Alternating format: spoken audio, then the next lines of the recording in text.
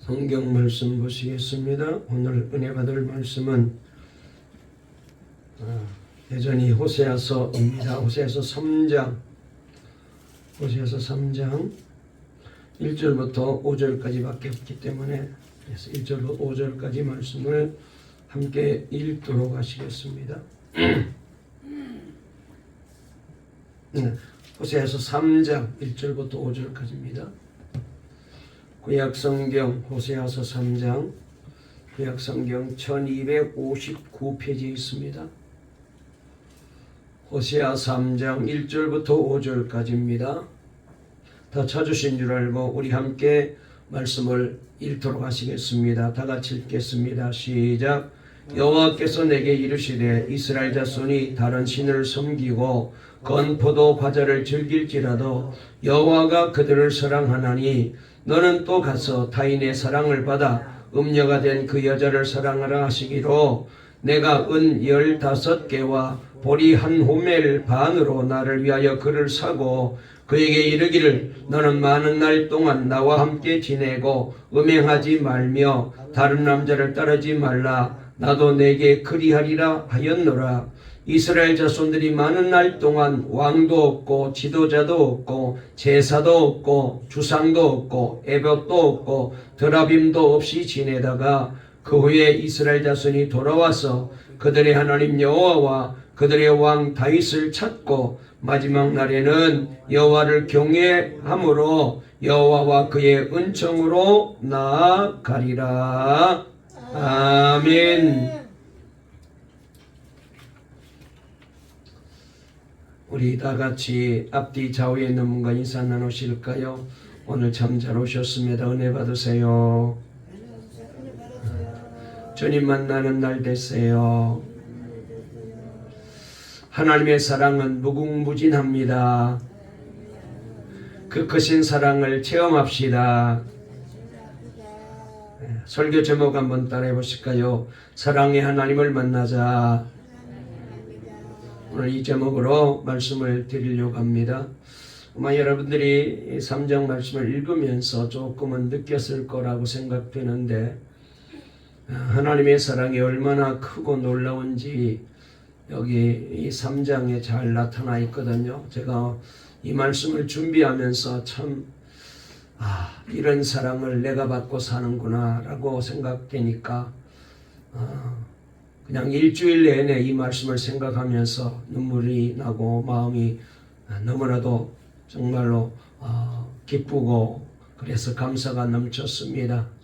이런 감격이 저만의 느낌이 되지 말고 오늘 예배드리는 우리 성도님들과 또 영상으로 나와서 예배드리는 우리 모든 동광의 가족들에게 동일하게 체험되고 느껴졌으면 좋겠고 그리고 이후로는 우리 모두가 이렇게 하나님의 사랑을 받고 살아가고 있다라는 그런 감격이 늘 있었으면 좋겠습니다.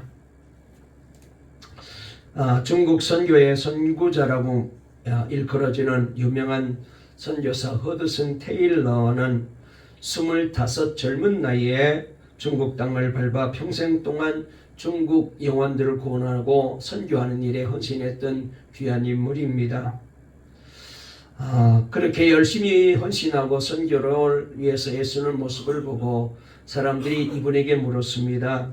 당신은 어떻게 일생을 그렇게 험지에서 선교사로 보낼 수가 있었습니까? 그냥 선교하시는 것이 아니라 늘 당신을 볼 때마다 그렇게 행복한 모습을 우리가 늘 보게 되었는데 도대체 그렇게 힘들게 선교하시면서 뭐가 그렇게 행복하였던지 그 비결이 뭡니까? 이렇게 물었답니다. 이때 이 질문을 받은 허드슨 테일러 선교사님이 이런 대답을 했다고 합니다. 나의 헌신과 행복의 비결은 하루를 어떻게 시작하느냐에 달려 있습니다. 연주자는 음악이 시작되기 전에 먼저 악기를 조율하잖아요. 음악회가 끝난 뒤에 조율한다면 어리석은 일이죠. 그래서 나는 아침에 일어나면 하나님의 뜻에 나의 생각을 맞추는 조율부터 시작합니다. 그러면 인생이 보람되고 그리고 행복해지게 마련입니다. 그래서 이분은 늘 하루를 시작하면서 하나님의 뜻에 자신을 조율해서 그렇게 살기 때문에 늘 하루를 행복하게 보낼 수 있다라고 고백을 했습니다. 시편 32편 6절 말씀에도 이로 인하여 무릇 경건한 자들은 주를 만날 기회를 타서 주께 기도할지라 진실로 홍수가 범람할지라도 저에게는 미치지 못하리이다 라는 말씀이 있습니다. 여러분, 우리도 우리의 삶을 내게 맞추지 말고 주님께 맞추고, 그리고 우리도 하루를 시작하면서 주님께 나를 맞추어서 그래서 나를 조율하게 되면은 우리 인생의 연주자가 되신 하나님께서 나를 연주해 주실 때에 얼마나 우리도 행복한 삶을 살 수 있을까요? 특별히 이 사순절 기간에 다시 한번 우리가 이제 내 생각대로 내 방법대로 그저 내 편한 대로 살아왔던 삶을 정리하고 내려놓고, 우리가 그렇게 살면 행복할 줄 알았던데 행복하지 못했잖아요. 이제 우리도 하나님께 나를 조율해야 돼요. 하나님께 나를 맞추어야 돼요. 그렇게 하루를 시작하신다면은 우리도 분명히 이 선교사님처럼 하루하루를 행복하게 보낼 수가 있을 겁니다. 저와 여러분 모두가 이 사순절에 다시 한번 이런 놀라운 영적인 변화가 일어나기를 바랍니다. 우리 한번 앞뒤 좌우에 있는 분과 인사 나누실까요? 하나님께 맞추어 살면 행복해집니다. 아멘. 여러분, 성경에는 말세의 징조들에 대해서 다양하게 우리에게 말씀을 들려주고 계십니다. 그 중에 대표적인 것이 바로 사랑이 식어지는 것이라는 진단을 성경은 하고 있어요. 마태복음 24장 10절 이하에도 보면은 그때 많은 사람들이 시험에 빠져 서로 잡아주고 서로 미워하겠으며 불법이 성행함으로 많은 사람의 사랑이 식어지리라라고 예수님이 말씀하셨습니다. 또 디모데후서 3장 1절 이하에도 사람들은 자기를 사랑하며 돈을 사랑하며 자긍하며 교만하며 부모를 거역하며 감사치 아니하며 거룩하지 아니하며 배반하며 팔며 자고하며 쾌락 사랑하기를 하나님 사랑하는 것보다 더하며 라고 말씀을 우리에게 들려주셨습니다. 여러분, 이 말씀을 전체적으로 한마디로 요약하게 되면은 마지막 때가 되게 되면은 오직 자기만의 이기적인 사랑만 남고 사랑이 식어진 시대가 될 것이라는 진단입니다. 그래서 베드로 전서 4장 7절에는 만물의 마지막이 가까웠으니 그러므로 너희는 정신을 차리고 근신하며 기도해라. 무엇보다도 열심으로 서로 사랑할지니 사랑은 허다한 죄를 덮느니라 라고 말씀하셨습니다. 성경은 마지막 때의 징조로 사랑이 식어질 것이며 혹시 사랑이 남아있더라도 오직 이기적인 자기 사랑만 남을 것이다. 그러므로 더욱 사랑하기를 힘써야 한다라고 우리에게 가르쳐 주고 있어요. 그러나 문제는 우리는 사랑할 수 있는 존재가 아니라는 데 있잖아요. 서로 사랑하기보다는 미워하고 남이 잘 되는 거 시기하고 질투하면서 오직 자신만을 위한 이기적인 이 사랑에 우리는 익숙해져 있습니다. 그러므로 서로 사랑하며 살라고 하시는 이 성경의 가르침이 옳은 줄 다 알죠. 저도 알고 여러분도 다 알지만 그러나 그렇게 사랑하지 못하는 우리들의 모습으로 인하여 낙심하게 되고 좌절하게 되고 왜 나는 이 정도밖에 안 될까 우리가 실망할 때가 너무나도 많잖아요. 그러므로 우리는 성경의 가르침을 따라 사랑이신 하나님으로부터 그리고 사랑이신 예수님으로부터 사랑의 영이신 성령님으로부터 그 사랑을 배우고 우리도 그 사랑을 체험해서 그리고 그 사랑을 힘입어서 여러분 다시 한번 저와 여러분 모두가 하나님의 자녀답게 예수님의 제자답게 성령 받은 사람답게 사랑의 성도가 다 되시기를 주의 이름으로 축원합니다. 나에게는 그런 사랑이 없지만 우리 하나님을 우리가 의지하고 그 하나님을 내 주님으로 모시고 우리가 그분을 따라 살게 되면은 그 성령님의 인도를 따라 살게 되면은 우리도 사랑을 넉넉하게 하며 살아가는 그런 사람이 될 수가 있습니다. 여러분, 성경은 한마디로 사랑에 대한 말씀입니다. 성경 전체를 요약할 수 있는 대표적인 구절이 있다면은 요한복음 3장 16절 17절이잖아요. 하나님이 세상을 이처럼 사랑하사 독생자를 주셨으니 이는 저를 믿는 자마다 멸망치 않고 영생을 얻게 하려 하심이라. 하나님이 그 아들을 세상에 보내신 것은 세상을 심판하려 하심이 아니요 저로 말미암아 세상이 구원을 받게 하려 함이라고 말할 수 있잖아요. 그렇습니다. 성경의 가장 핵심적인 말씀도 하나님은 사랑이다. 예수님은 사랑이다. 그래서 우리를 사랑하시기 위해서 하나님이 직접 사람의 몸을 입고 이 땅에 오셨고, 그리고 우리를 위하여 대속의 죽음을 주고 우리를 구원해 주셨다. 이 큰 사랑을 하나님께서 우리에게 베풀어 주셨으니 이 사랑을 힘입고 이 사랑으로 구원받고 이 사랑으로 하나님의 자녀가 되었다면 우리도 마땅히 사랑의 사람이 되어야 한다라고 말씀하고 계십니다. 그래서 여러분, 성경을 우리는 일명 하나님께서 우리를 사랑하는 연애 편지다 그렇게 우리가 부르잖아요. 특별히 말이죠, 오늘 우리가 읽은 이 호세아서 성경 중에서 이 3장은 가장 하나님의 이 감동적인 놀라운 사랑을 우리에게 전해주고 있는 말씀이에요. 호세아 선지자의 삶을 통해서 타락한 이스라엘 백성들을 향하신 끈질긴 하나님의 러브 스토리가 담겨있는 말씀이고, 그리고 그것은 바로 저와 여러분들을 향한 하나님의 사랑을 말씀해 주고 계셔요. 그래서 오늘 이 말씀을 통해서 다시 한번 놀라운 하나님의 사랑이 얼마나 대단한지 우리가 다시 한번 깨달았으면 좋겠고, 아는 걸로는 끝나서는 안 되죠. 우리가 더 한 발짝 나아가야 됩니다. 이렇게 우리가 사랑받은 존재가 되었으니까 우리도 사랑의 사람으로 우리가 살아야 되겠습니다.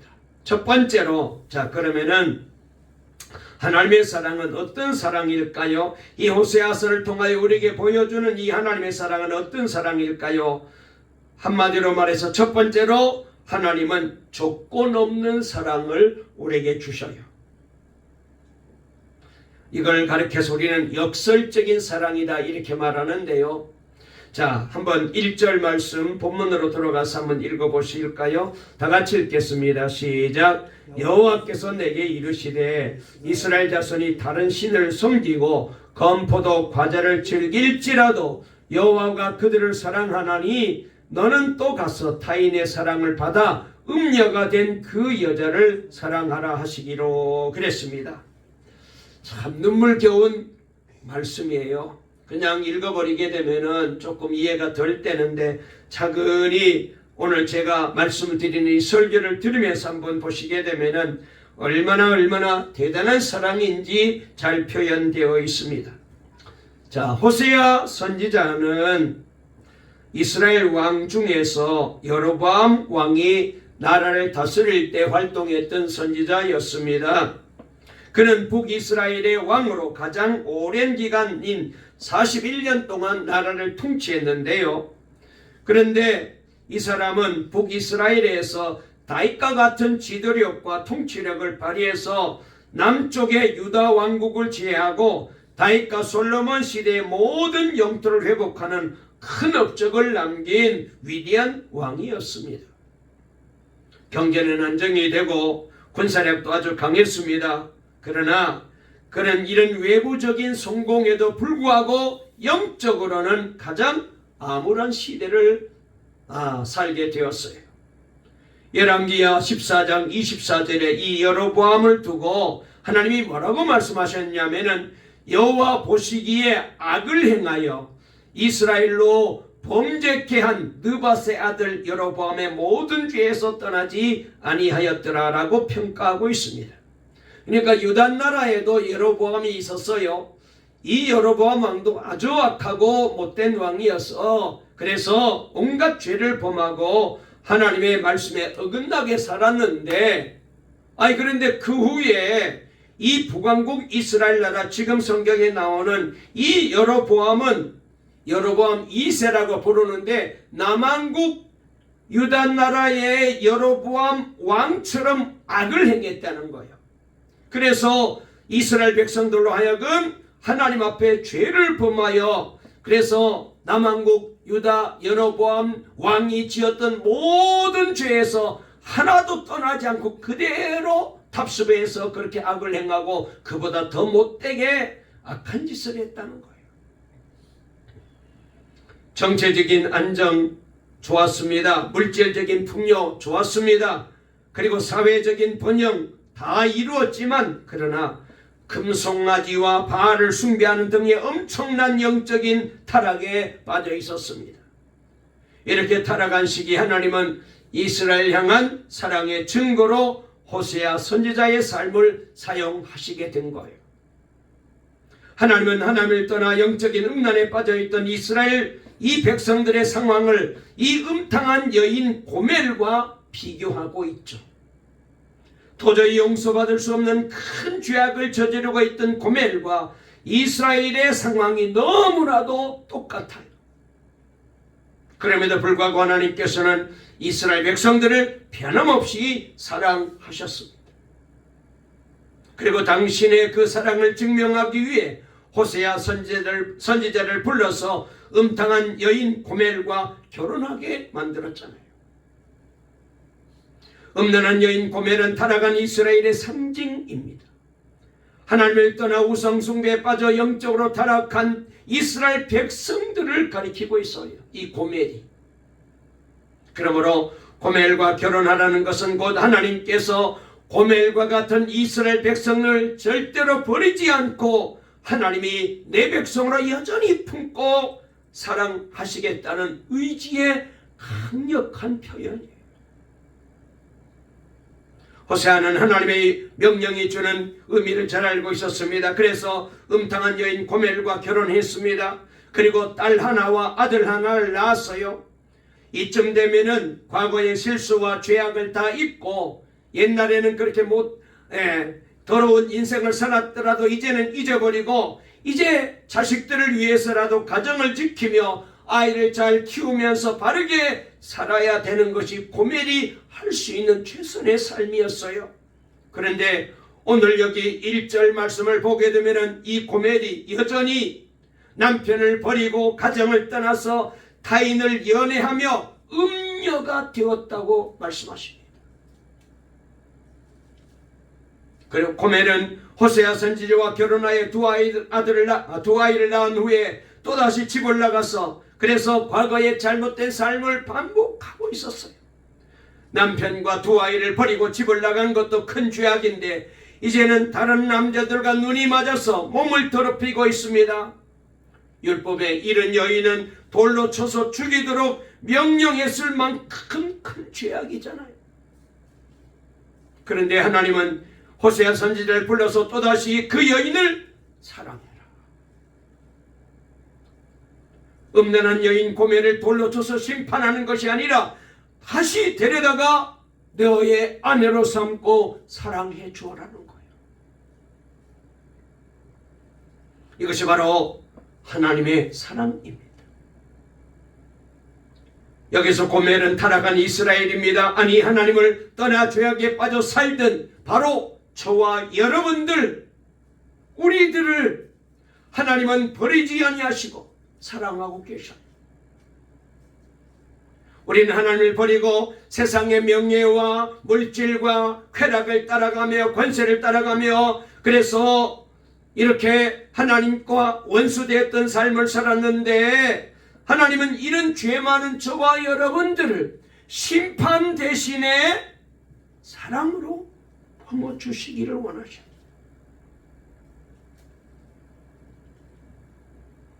로마서 3장 23절 24절에 모든 사람이 죄를 범하였으며 하나님의 영광에 이르지 못하였더니 그리스도 예수 안에 있는 구속으로 말미암아 하나님의 은혜로 값없이 의롭다 하심을 얻은 자가 되었느니라고 선언하고 있습니다. 여러분, 저와 여러분들은 한 사람도 우리 스스로는 의롭게 될 수가 없어요. 다 죄인들입니다. 그러나 바로 이러한 죄인들을 위해 하나님은 독생자 예수 그리스도를 우리에게 보내주셨습니다. 이것이 하나님의 사랑입니다. 전혀 소망이 없던 나를 버리지 아니하시고 용서하시고 사랑하신 거예요. 사랑받을 만한 가치가 있어서가 절대로 아닙니다. 위대해서도 아닙니다. 죄인이기에, 악한 영혼이기에, 타락했기에, 그래서 구원이 필요하기에 하나님의 사랑이 임하게 된 거예요.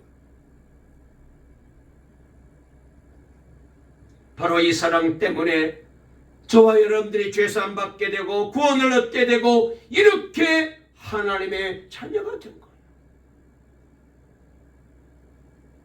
여기서 우리는 하나님의 사랑의 본질을 발견하게 됩니다.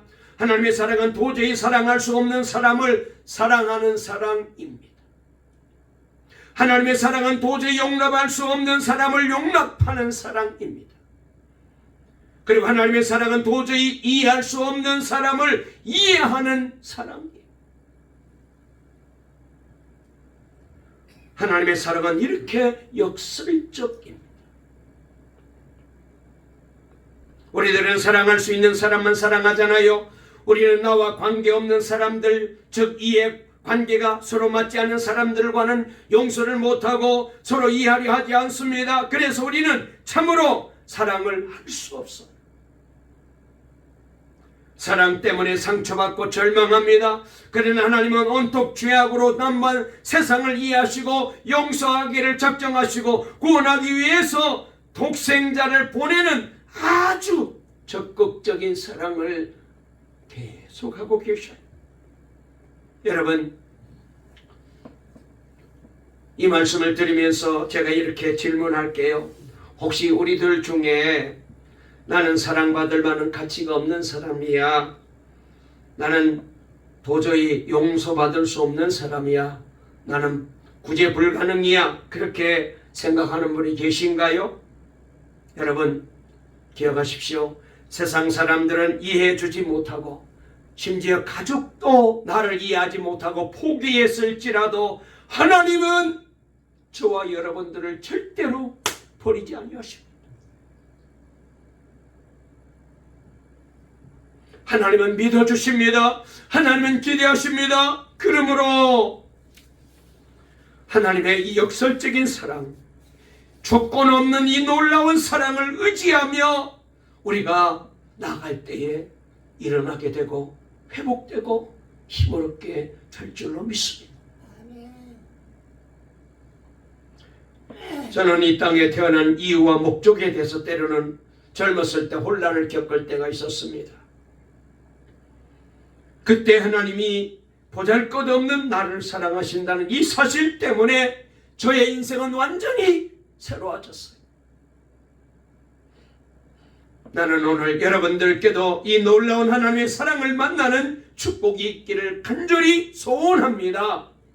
그리고 나아가서는 하나님의 사랑을 의지하여 도저히 사랑할 수 없는 사람들까지도 넉넉히 사랑하는 하나님의 사람답게 사랑의 사람들로 변화될 수 있기를 주의 이름으로 축원합니다. 두 번째로, 하나님의 사랑은요, 대가를 치르는 진짜 사랑이에요. 2절 말씀 읽어볼까요? 자, 2절 말씀 읽어보겠습니다. 시작. 그에게 이르기를 너는 많은 날 동안 나와 함께 지내고 음행하지 않았어. 2절 시작. 내가 은 15개와 보리 한 호멜 반으로 너를 위하여 그를 사고. 그래서요, 자, 여기 말씀해 보니까 하나님께서 호세아 선지자 보고 지금 세상에 나가서 그렇게 자신을 더럽히고 살아가고 있는 이 음녀, 이 고매를 위해서 너는 은 15개와 보리 한 호멜을 가지고 그를 다시 돈 주고 사오라, 이렇게 명령하셔요. 자식까지 낳았는데도 음탕한 삶을 즐기기 위해서 집을 나간 고멜, 이 고멜을 찾아와서 하나님께서 데리고 살아라.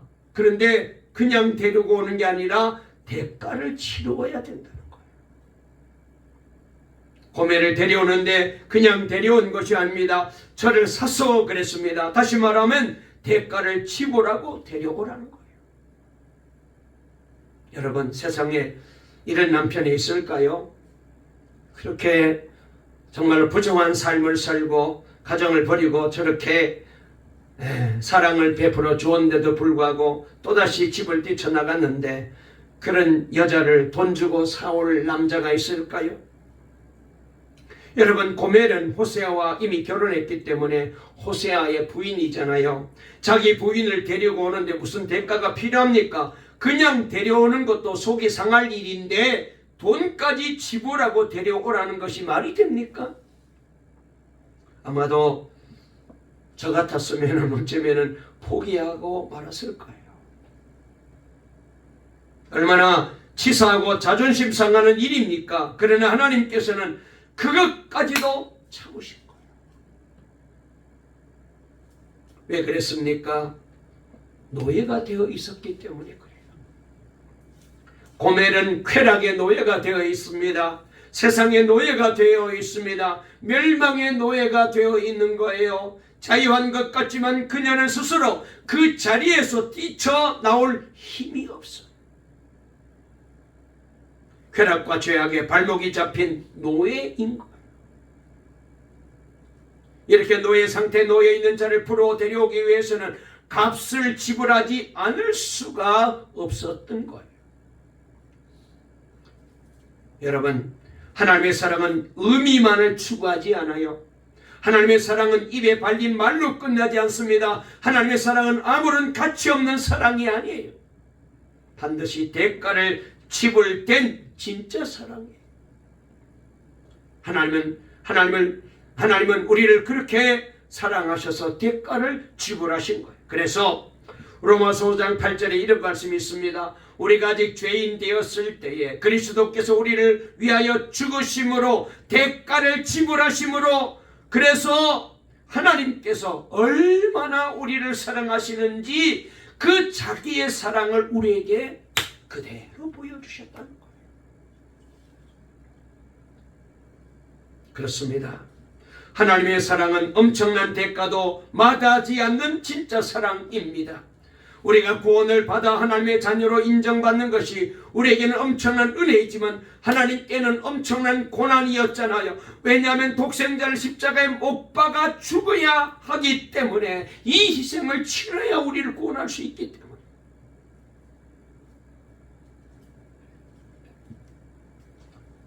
그래서 예수님이 십자가에 달려 죽거든 그 시간에 오죽했으면 대낮인데도 태양이 그 빛을 잃어버렸다.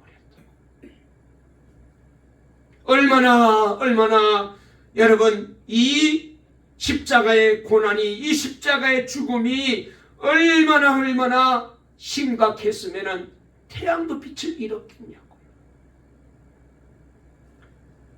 하나님은 예수님의 십자가의 고통을 참아 눈을 뜨고 볼 수 없을 만큼 값비싼 대가를 지불하신 거예요.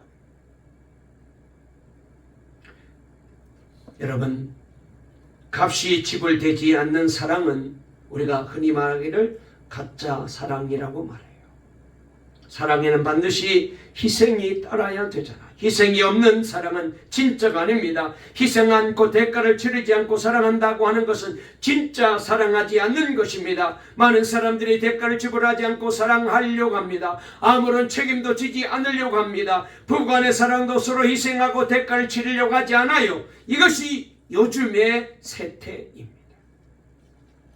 그렇기 때문에 다투다가 갈등하다가 갈라서게 되잖아요. 서로 자기 주장만 하고 자기에게 잘 안 해주었다는 거예요. 자기 마음에 안 들게 했다는 거예요. 요구만 하지 희생하려고 하지 않아요.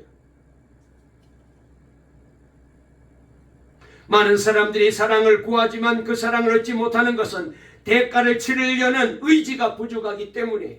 이기적인 욕망의 마음과 육신을 빼앗겨서 다른 사람, 심지어 가족들을 위해서 자신을 희생하려는 의지가 없습니다. 그래서 유명한 인도의 성녀라고 불려졌던 테레사 수녀가 한 말 중에 이런 말이 있습니다. 진정한 사랑에는 고통이 따릅니다.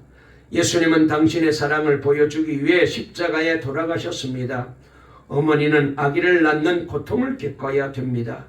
여러분이 진정으로 사랑한다면 희생을 피할 수 없을 것입니다. 그래서요, 진정으로 사랑하려면 희생이 반드시 있어야 된다는 거예요. 요한일서 3장 16절 18절에도 그가 우리를 위하여 목숨을 버리셨으니 우리가 이로써 사랑을 알고 우리도 형제를 위하여 목숨을 버리는 것이 마땅하니라. 누가 이 세상 재물을 가지고 형제의 궁핍함을 보고도 도와줄 마음을 막으면 하나님의 사랑이 어찌 그 속에 거할까 보냐. 자녀들아, 우리가 말과 혀로만 사랑하지 말고 오직 행함과 진실함으로 하자 그랬어요. 희생이 없는 사랑은 그건 가짜예요. 사랑하는 여러분, 여러분들은 사랑하는 사람들을 위해서 얼마나 여러분 자신을 헌신하고 있습니까? 사랑하기 위해서 얼마나 대가를 치르고 계십니까? 우리 주변에는 사랑이 필요한 사람들이 너무나도 많아요. 우리의 작은 희생과 헌신이 대가를 치르게 될 때에 그곳에 하나님의 참된 사랑이 흘러 넘치게 될 거예요. 그러므로 다시 한번 이 사순절 기간에 우리 모두가 하나님이 얼마나 나를 사랑하시는지를, 얼마나 위대한 대가를 지불하시고 나를 사랑하시는지를 깨닫고 저와 여러분도 이 사랑받고 사랑한 자가 되었잖아요. 넉넉하게 가족을 위해서, 우리 성도들을 위해서, 우리 이웃을 위해서, 내 주변에 사랑이 필요한 사람에게 사랑이 흘러가는 귀한 사랑의 사람들이 될 수 있기를 주님의 이름으로 축원합니다. 마지막 세 번째로, 하나님의 사랑은요, 영원히 함께 하시는 사랑이에요. 자, 우리 3절을 읽어볼까요? 3절 시작. 그에게 이르기를 너는 많은 날 동안 나와 함께 지내고 음행하지 말며 다른 남자를 따르지 말라. 나도 내게 그리하리라 하였노라 그랬어요. 자, 여기 말씀해 보니까 호세아 선지자는 하나님의 명령대로 은 15개와 보리 한 호멜 반의 값을 치르고, 그리고 아내를 집으로 돈 주고 사서 데리고 왔어요. 그리고는 이렇게 말합니다. 여보, 이제는 우리 함께 집 나가지 말고 여기서 이렇게 많은 날 잘 지내자. 내가 더 사랑해 줄게. 내가 더 당신을 아끼고 소중하게 이렇게 많은 날 나와 함께 지내자. 여기 많은 날은요, 지속적인 것, 그리고 영원한 시간을 가리켜요. 이게 뭐예요? 변하지 않는 사랑을 말하는 거예요. 그러므로 영원히 나와 함께 지내자는 이 호세의 말 속에는 고멜을 향한 영원한 사랑의 고백이 담겨 있어요.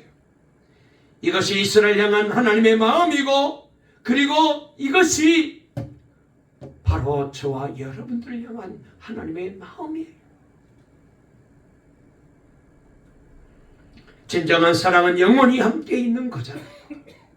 대가를 치르고 데려왔다고 사랑이 다 되는 게 아니잖아요. 데려다 놓고 거들떠 보지도 않는다든지 과거를 자꾸 문제 삼면서 도대체 그럴 수가 있느냐고 여러분 구박한다면 그것은 사랑이 아닙니다.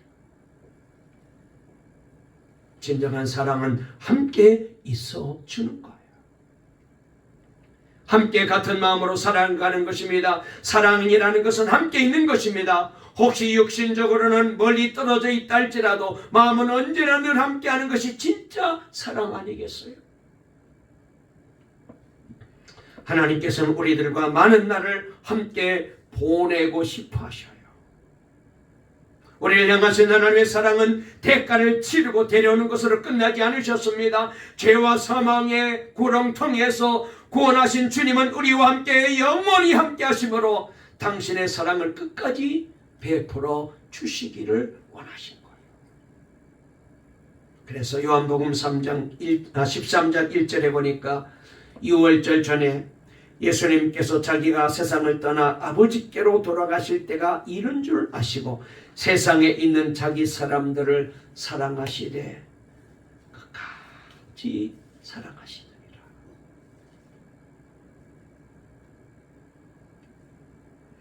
예수님은 십자가에 죽으시고 부활하신 후 두려워 떠는 제자들에게 찾아오셨습니다. 그들은 모두 예수님을 모른다고 부인하고 달아났지만 주님은 저들을 버리지 아니하시고 찾아가셔서 만나 주셨어요. 그리고 승천하신 이후에는 영원히 함께 있기 위하여 성령님을 우리에게 보내주셨잖아요. 이처럼 하나님의 사랑은 일시적이지가 않습니다. 하나님은 우리를 떠나지 않으시고 영원히 함께 하시는 거예요. 5절 말씀이 참 귀한데요. 회복의 말씀이 소개되고 있는데요. 우리 5절 한번 본문으로 돌아가서 한번 읽어볼까요? 마지막으로 읽겠습니다. 시작. 그 후에 이스라엘 자손이 돌아와서 그들의 하나님 여호와와 그들의 왕 다윗을 찾고 마지막 날에는 여호와를 경외함으로 여호와와 그의 은총으로 나아가리라. 아멘. 여기 말씀처럼 하나님은 우리가 날마다 하나님의 은총 가운데 그 은혜와 축복이 넉넉하게 흐르는 인생이 되기를 원하시고 계셔요. 하나님은 끊임없이 죄를 반복하며 방황하는 우리 모든 인생들을 향하여 변함없는 신실한 사랑을 지금도 쏟아붓고 계셔요. 우리 한 사람 한 사람의 이름을 기억하시고 부르시면서 당신의 품에 안기기를 원하셔요. 그러므로 여러분, 곁에 풍성한 사랑으로 함께 하신 이 하나님을 의지하여 여러분 날마다 그 은총의 자리에서 담대하게 날마다 주님의 사랑을 노래하고 찬송하며 살아가는 성도들이 되시기를 바랍니다. 언젠가도 제가 말씀을 드린 적이 있는데요. 하나님께서 우리의 솔직한 감정을 표현하는 것은 믿음의 또 다른 모습이라고 말씀드렸잖아요. 마찬가지로 사랑하는 사람에게는 비밀이 없어요. 숨길 것이 없습니다. 모든 필요와 아픔과 고통을 솔직하게 고백하고 도움을 청할 수 있는 거예요. 여러분, 그러므로 하나님이 나를 이렇게 사랑하시기 때문에 이렇게 하세요. 힘들면 솔직하게 힘들다고 하나님께 나와 하나님께 기대세요. 하나님 너무 힘들어요. 사는 게 너무너무 어려워요. 하나님 우리 가족들 변화시켜주세요. 하나님 너무너무 힘들어요. 그렇게 나와서 얘기해요. 하나님을 기대면 되는 거예요. 실패했으면 실패했다고 손들고 나와 하나님의 긍휼을 구하세요. 낙심되면 그 모습 그대로 하나님의 은혜를 힘있기를 사모하십시오. 스스로 속이는 자가 되지 마세요. 괜찮은 척하면 안 돼요. 덮어둔다고 덮어진 게 아니잖아요. 아프면 아프다고, 외로우면 외롭다고, 어려우면 어렵다고 하나님께 나와서 하소연해요. 하나님은 충분하게 여러분들의 그 마음의 아픔과 상처를 들을 준비가 되어 있어요. 듣는 것으로 끝나지 않고 치료해 주시고 어루만져 주시고 감싸 주시고 회복시켜 주셔요.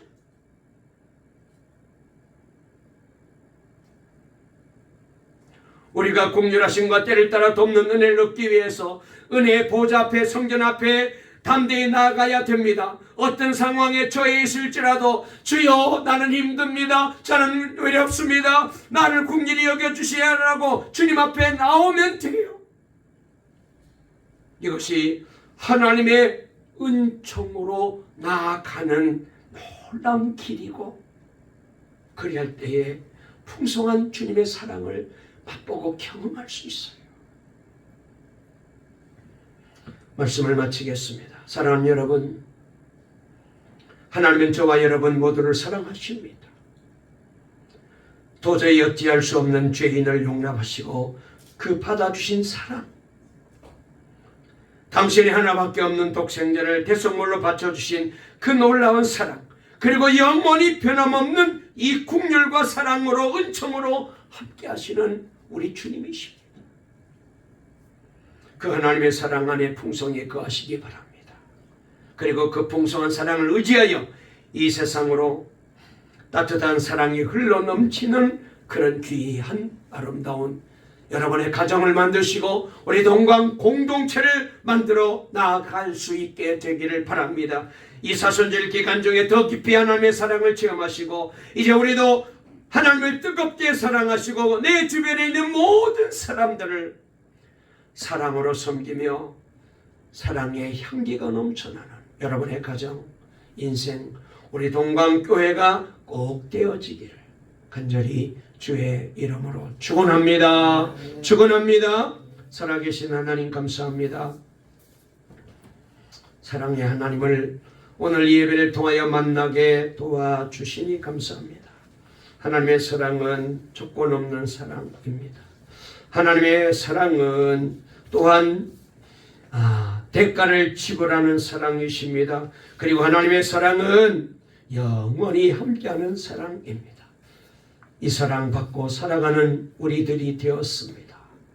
아버지, 다시 한번 이 사순절 기간에 이 놀라운 주님의 사랑에 깊이 우리 온 성도들이 체험되게 하시고, 그리하여 이제 내 안에 흘러 들어온 이 하나님의 사랑이 나로 멈춰지지 말고 우리 가정 안에도 사랑이 넘치고 우리 교회 공동체도 사랑이 넘치고, 그리고 우리 동방교회 때문에 이 고덕동 지역과 온 세상에 하나님의 사랑의 물이 흘러넘치는 진정으로 하나님의 사랑을 힘입고 살아가는 사랑의 동광의 성도들 다 되게 도와주시옵소서. 예수님의 이름으로 간절히 기도 올리옵나이다. 아멘.